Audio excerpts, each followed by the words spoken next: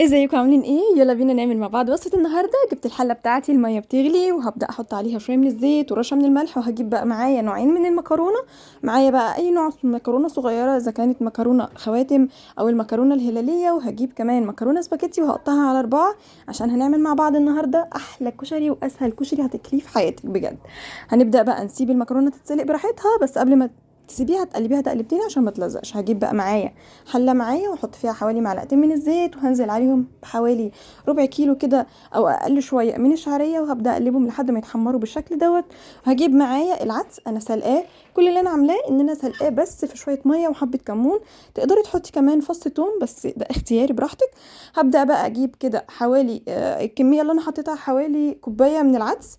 هو عدس بجبه. بعد كده هبدا اقلبه كده مع الشعريه عشان لو في اي سوائل بعد السليق. انا يا جماعه نسيت اقول لكم انا سلقاه نص سلقه. يا دوبك بس ان هي بتبقى ماسكه نفسها، بس بتتقسم ممكن نصين، انما مش مستوي سوا كامل عشان ما يعجنش معايا. هبدا كده اقلبه مع الشعريه، وبعد كده هجيب حوالي كوبايتين من الرز وهبدا انزل بيهم على العدس بتاعي والشعريه. وهبدا كده اقلب كده كله مع بعض واكني بعمل رز بشعريه عادي جدا.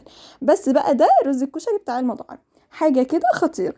تقدري كمان تنزلي بميه العدس، بس انا بصراحه ما بحبذهاش، على حسب بقى طبعا ما انتي حابه. هنزل عليها هجيب ميه مغليه وهسويه اكني بسوي رز طبيعي عادي خالص. بعد كده هقلب كده كله مع بعضه علشان اشوف كميه الميه مظبوطه ولا لا، وهبدا بقى احط معلقه من الكمون زي ما انتم شايفين. وهنزل كمان عليهم برشه صغيره من الفلفل الاسمر، حاجه بسيطه قوي. وهنزل كمان بقى بالملح، وده طبعا على حسب رغبتك. مش قادرة اوصفلك الرز ده بيخلي الكشري بتاعنا في حتة تانية تماما، طعمه خطير. طعمه بجد خطير، لما هتجربوها هتحبوه. هسيب بقى الرز بتاعي يستوي، واول ما ياخد الغلوتين هديله تقلبتين كده، وبعد كده هوطي عليه واسيبه بقى يستوي براحته. ما بياخدش طبعا وقت على النار زي سوا الرز العادي خالص. هجيب بقى معايا حله على النار واحط بقى طبعا التوم، واحط شويه من الزيت، وهبدا كده اقلب كده كله مع بعضه. اول ما التوم معايا ياخد اللون هبدا بحوالي ربع كوبايه من الخل هنزل بيهم، وبعد كده هقلبهم كده تقلبتين. وبعد كده هنعمل ايه؟ يلا مع بعض نشوف هنعمل ايه. هبدأ بس اقلب كده تقلبتين مع بعض ياخد غلوتين، ومعايا هنا شفشق من الطماطم من نص كيلو الكيلو ربع على حسب كمية الكشري اللي انت عاملاهم. بعد كده هنزل عليهم بالملح ده على حسب رغبتك، وهنزل كمان بمعلقة من الكمون وكمان رشة من الفلفل الاسمر. البهارات ثابتة معانا، ملح وكمون وفلفل اسمر بس كده. ونزلت على اخر حاجة حوالي رشة من السكر كده، معلقة صغيرة ممسوحة عشان طبعا حموضة الطماطم. هسيبها بقى تتسبك، ويلا بينا بقى نعمل مع بعض احلى دقة كشري. معايا هنا التوم مهروس حوالي 5 6 فصوص من التوم، وهنزل عليهم بعصير ليمونة. وهنزل عليهم كمان بتلت كوباية من الخل. دي كوباية بس معايا زي الفنجان، بس لو كوباية مج هتحط تلت الكوباية، وهحط زيهم مية نفس المقدار بتاع المية نفس مقدار الخل. هنزل برشة من الفلفل الأسمر، وهحط كمان رشة من الكمون حوالي معلقة. احنا طبعا بنكتر الكمون شوية علشان طبعا الدقة.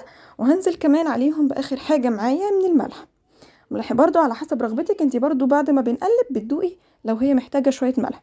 طبعا انا بفضل ان انا بعملها ببرطمان عشان برجو كله مع بعضه. هنا انا بعمل التقلية، بقطع البصل بقلبه في معلقة نشا مع معلقة دقيق وبحطه في الزيت بقليه بياخد اللون الذهبي. ودلوقتي بنعمل مع بعض الشطة. الزيت حطيت معلقتين من الزيت ومعلقة كبيرة من الشطة. خلي بالكم وانتوا بتنزلوا بالصلصة لان بتطرطش جامد جدا، خلي بالك وانتي بتحطي. هنقلبها تقلبتين، وطبعا كده كده احنا محدقين الصلصة. ده شكل الرز بتاعي بعد ما استوى. الرز مفلفل ومستوي كويس جدا، وطعمه وريحته بقى حاجة كده خطيرة. جبت معايا كمان المكرونه، بعد ما بسلقها بحط عليها حوالي معلقه من الزيت، وبقلب كده المكرونه مع بعضها عشان ما تبقاش ملزقه وشكلها لذيذ. وبعد كده هجيب معايا الصلصه، ده كان شكلها بعد ما اتسبكت. وطبعا الشطه الزيت حاجه كده خطيره، عشاق الشطه يعني هتعجبهم جدا. كمان دي البصلايه بتاعتي بعد ما اتحمرت، وكمان الدقه بتاعتنا الخطيره. هبدا بقى اغرف الطبق بتاعي زي ما تحبي بقى. في ناس بتحط الرز الاول وفي المكرونه، انا بحب احط المكرونه الاول وفي الرز. كده كده كله كشري وبيتقلب. بس الوصفه بجد خطيره. طعم بقى مش قادره اوصف لكم. مفيش حد كل من الكشري او جرب الطريقه دي الا وعجبته وبقى يعملها على طول.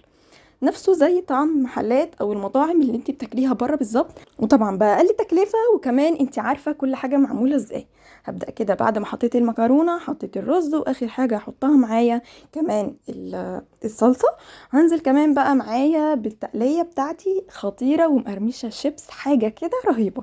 لما هتجربوا الطريقه كل اللي انا عملته زي ما قلت لكم ان انا قطعتها جوليان كده، وحطيت عليها معلقه من الدقيق ومعلقه من النشا وفردتهم وقلتهم في الزيت وبس كده. وده كان شكل الطبق بتاعي بعد ما قدمته. حاجه كده قمر، شكل وطعم وريحه بجد فظيعه وخطيره وسهله وبسيطه وما بتاخدش معاكي اي وقت.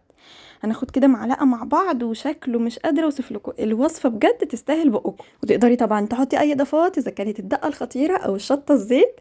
يلا بقى جربوا الوصفه وهستنى رايكم واشوفكم في وصفات جايه كتير، والف هنا عليكم يا حلوين.